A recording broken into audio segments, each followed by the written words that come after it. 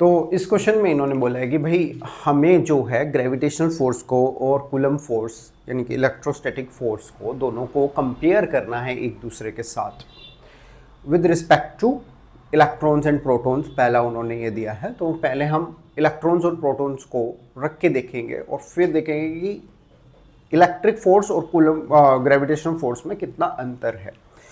इन्होंने एक बात और बताई है कि दोनों ही फोर्स किसके ऊपर डिपेंड करते हैं, इनवर्स स्क्वायर लॉ के ऊपर।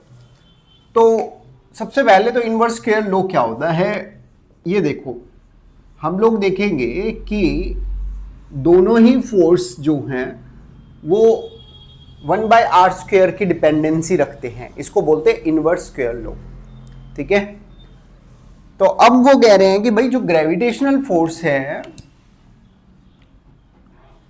उसकी डिपेंडेंसी क्या आएगी, g mass of electron, mass of proton and r²।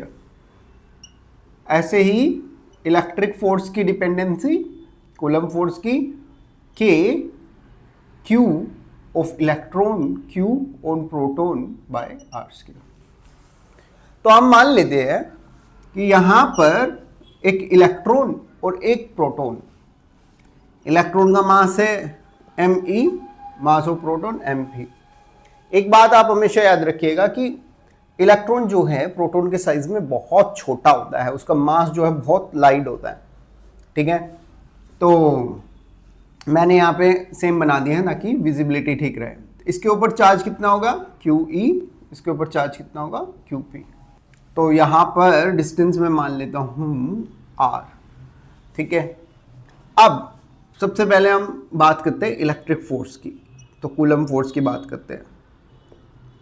एक बात यहां पे ध्यान देने वाली है कि जो प्रोटॉन इलेक्ट्रॉन है उसके ऊपर जो चार्ज होता है वो नेगेटिव चार्ज होता है और प्रोटॉन जो है वो उसके ऊपर चार्ज होता है पॉजिटिव चार्ज।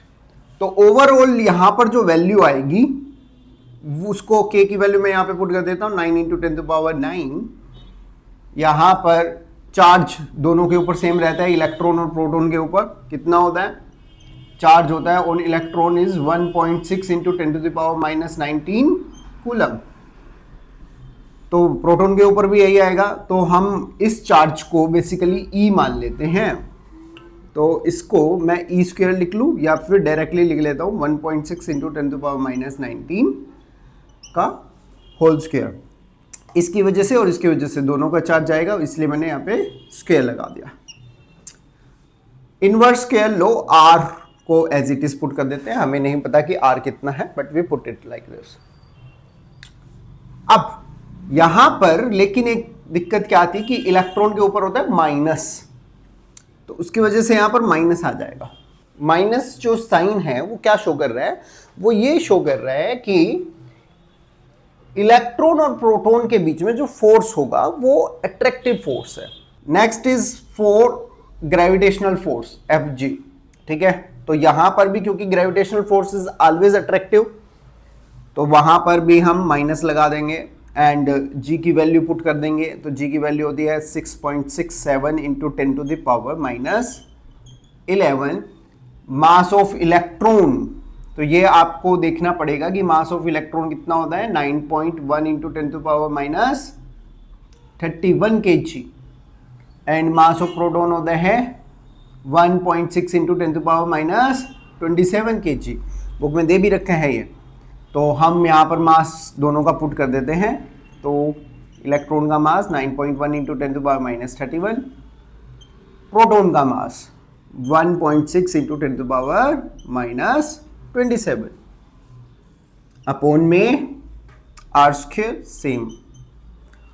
अब दोनों के माइनस की हमें ज़रूरत नहीं है क्योंकि इन दोनों के बीच में इलेक्ट्रिक फोर्स भी क्या है, अट्रैक्टिव है। तो हम इसका सिर्फ मैग्नीट्यूड ले सकते हैं, तो इसको माइनस को ड्रॉप कर देंगे। अब हम इसकी रेशो निकाल सकते हैं। रेशो निकालने से कंपैरिजन हो जाता है, हमें पता चल जाएगा कि कौन सा कितना पावरफुल है। R² से चला जाएगा, तो यहाँ पर जो हमें वैल्यूज़ मिलेंगी वो मिलेंगी 9 × 10⁹ इंटू 1.6 × 10⁻19। मैं 1.6 को 2 बार लिख लेता हूँ ऐसे ही, ठीक है। And then we will see कि ये नीचे क्या है 6.67 इंटू 10⁻11 इंटू 9.1 इंटू 10⁻31 1.6 इंटू 10⁻27। अब देखो जरा 1.6 तो 1.6 तो निकल जाएगा, कोई दिक्कत नहीं है। लेकिन यहाँ पे मैं इस 9 से है ना ये 9.1 भी निकालना चाहता हूँ, क्योंकि ओवरऑल मैं देख सकता हूँ यहाँ पर ये 10⁻11 है, -31 है, -27 है, यहाँ पर -19 है और ये भी -19 है और ये 10⁹ है। ओवरऑल अगर मैं इन 10 की पावर्स की वैल्यू निकालूं सबसे पहले इन सब चीज़ों को छोड़ के, तो आप देखोगे कि 10 की पावर्स की जो वैल्यू आएंगी वो +9 -19 ये हो जाएगा -38 और ये जो वैल्यूज है -11 -31 -27 ऊपर जाके ये क्या हो जाएंगी प्लस। तो ओवरऑल +11 यहां पे मैं लिख देता हूं +31 +27 ओवरऑल ये वैल्यू जो है वो लगभग 10 की पावर 40 आ जाएगी। अब आप देखिएगा कि ये जो वैल्यूज हैं ये प्लस में ऊपर काफी बड़ी वैल्यूज आ रही है, तो इसका मतलब क्या है कि 10⁻40 की वैल्यू में अगर मैं डील कर रहा हूं तो मैं 9.1 और 9 को अप्रोक्सीमेट मानकर 9 कट कर सकता हूं। तो मैं इजी मेथड अपनाता हूं, इसे कट कर देता हूं। बाकी का मेरे पास बचेगा 1.6 बाय 6.67, तो ये बचा 1.6 बाय 6.67 इंटू 10⁻40। अब आप इसको इजीली सोल्व कर सकते हो, इतनी बड़ी वैल्यूज है, आप चाहो तो 7 को भी ड्रॉप कर सकते हो यहां पर, इसको 6.6 या 6.7 मान के भी आंसर निकाल सकते हो। तो ये आपको क्या दे देगा, कंपैरिजन दे देगा, ठीक है। तो हमें पता चलेगा कि भाई जो इलेक्ट्रिक फोर्स है वो ग्रेविटेशनल फोर्स से काफी बड़ा है, लगभग 10⁻40। अगर मैं इसको सोल्व करने जाऊंगा तो ये मेरे ख्याल से कुछ आएगा 2 पॉइंट समथिंग इंटू 10⁻39। तो gravitational force is very very weak in front of electric force. तो ये हमने इलेक्ट्रॉन और प्रोटॉन का निकाला। अब इसके बाद हमें निकालना है प्रोटॉन और प्रोटॉन के बीच में। तो नेक्स्ट हम कंपेयर करेंगे कि दो प्रोटॉन्स हैं तो उनके बीच में रिपल्सिव फोर्स जो कूलम फोर्स है वो कितना होगा और ग्रेविटेशनल फोर्स जो है वो कितना होगा, और उनको कंपेयर करके देखेंगे कौन सा स्ट्रॉन्गर है और कितने ज्यादा मैग्नीट्यूड से स्ट्रॉन्गर है। तो अब हमारे पास क्या है, प्रोटॉन है, तो दो प्रोटॉन्स के बीच में कूलम फोर्स जो होगा वो रिपल्सिव होगा, सेम चार्जेस हैं इसीलिए। तो हम लिख लेते हैं वैल्यू के की 9 इंटू 10⁻9 एंड 1.6 इंटू 10⁻19 का स्क्वायर मैं इसलिए यूज कर रहा हूं कि दोनों पे सेम चार्जेस हैं। Okay, next R square, positive sign क्योंकि रिपल्सिव फोर्स है। ऐसे ही दोनों के बीच में ग्रेविटेशनल फोर्स की वैल्यू लिख लेता हूं। तो जी की वैल्यू है यहां से 6.67 इंटू 10⁻11। मास ऑफ प्रोटॉन चाहिए मुझे, तो मास ऑफ प्रोटॉन है कितना, एक प्रोटॉन का मास है 1.6 इंटू 10⁻27 kg का होल स्क्वायर अपॉन में आर स्क्वायर। सो यहां पे आप लोग देख सकते हो, ठीक है। अब इसको सोल्व करना और भी आसान है, बट ग्रेविटेशनल फोर्स मैंने क्या बोला था कि अट्रैक्टिव फोर्स है, तो उसके लिए यहां पर माइनस का साइन लगा देते हैं। तो हमें सिर्फ इनकी मैग्नीट्यूड से मतलब है, तो मोड का साइन लगा देते हैं और मैग्नीट्यूड्स को लिख लेते हैं यहां पर 9 इंटू 10⁻9 इंटू, इसको मैं ऐसे कर लेता हूं 1.6 का होल स्क्वायर इंटू 10⁻−19 का होल स्क्वायर, यहां पे कितना हो जाएगा -38। आर स्क्वायर से आर स्क्वायर कैंसिल हो जाएगा तो उसको पहले ही कैंसिल आउट कर देता हूं। बाकी माइनस का साइन मैं मोड की वजह से ड्रॉप कर दूंगा। 6.67 इंटू 10⁻11 इंटू 1.6 इंटू 10⁻27 का होल स्क्वायर, तो इसको भी ऐसे लिख लेता हूं 1.6 का होल स्क्वायर इंटू 10⁻27 का भी होल स्क्वायर, तो ये चला जाएगा लगभग 54 -54 डायरेक्टली लिख देते हैं, ठीक है। अब ये आपको दिखाई दे रहा है, साफ साफ चला जाएगा। तो जाने के बाद हम इसकी वैल्यूज देखते हैं कि क्या आने वाला है। तो 9/6.67 है, बाकी इन सब वैल्यूज को हम ऐड कर लेते हैं। ये देखेंगे कि इंटू 10⁻+9 है ऊपर, -38 है, ये वैल्यू ऊपर जाएंगी, -11 और -54 तो हो जाएंगी प्लस, तो +11 + 54 और ये रह गया 96.67। इसको जब हम करेंगे कैलकुलेट तो ये लगभग जाएगा 1.3 इंटू 10⁻36। ठीक है, अब ये वैल्यू आ गई। तो हमें क्या पता चला कि इनके बीच में जो ग्रेविटेशनल फोर्स है वो 10⁻36 मैग्नीट्यूड से कम है, या मैं ये कह सकता हूं कि जो कूलम फोर्स है वो 10⁻36 मैग्नीट्यूड से ज्यादा है। ठीक है, तो बहुत ज्यादा स्ट्रॉन्ग है अगर हम कंपेयर करें तो इलेक्ट्रोस्टैटिक फोर्स यहां पर। अब यहां पर एक चीज और इन्होंने समझा रखी है कि देखो, प्रोटॉन जो न्यूक्लियस के अंदर होते हैं, मान लेते हैं 2 प्रोटॉन न्यूक्लियस के अंदर हैं, इन 2 प्रोटॉन्स के बीच में जो डिस्टेंस होता है वो होता है लगभग 10⁻⁻15 मीटर। ऐसा बुक में दे भी रखा है। अब हम यहां पे देख रहे हैं कि 2 प्रोटॉन्स हैं न्यूक्लियस के अंदर, वो आपस में क्या करेंगे, रिपेल करेंगे। वहीं पर मान लो आपके दिमाग में क्वेश्चन आता है कि भाई दोनों के पास मास भी है, तो ग्रेविटेशनल फोर्स की वजह से अट्रैक्ट भी करने चाहिए, है ना। तो हम लोग ये देखेंगे कि भाई ये वैल्यू जब यहां पर पुट करते हैं तो इलेक्ट्रोस्टैटिक फोर्स जो है वो लगभग आता है 2 प्रोटॉन्स के बीच में लगभग 230 न्यूटन के करीब।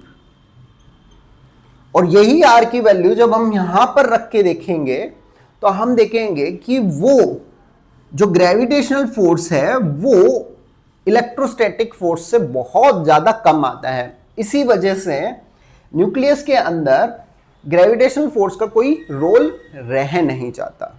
ठीक है, अब ये होने के बाद हम चलते हैं नेक्स्ट पार्ट पर इस क्वेश्चन के। अब इसके नेक्स्ट पार्ट में हमें यह पूछा गया है कि भाई इलेक्ट्रॉन और प्रोटॉन के बीच में,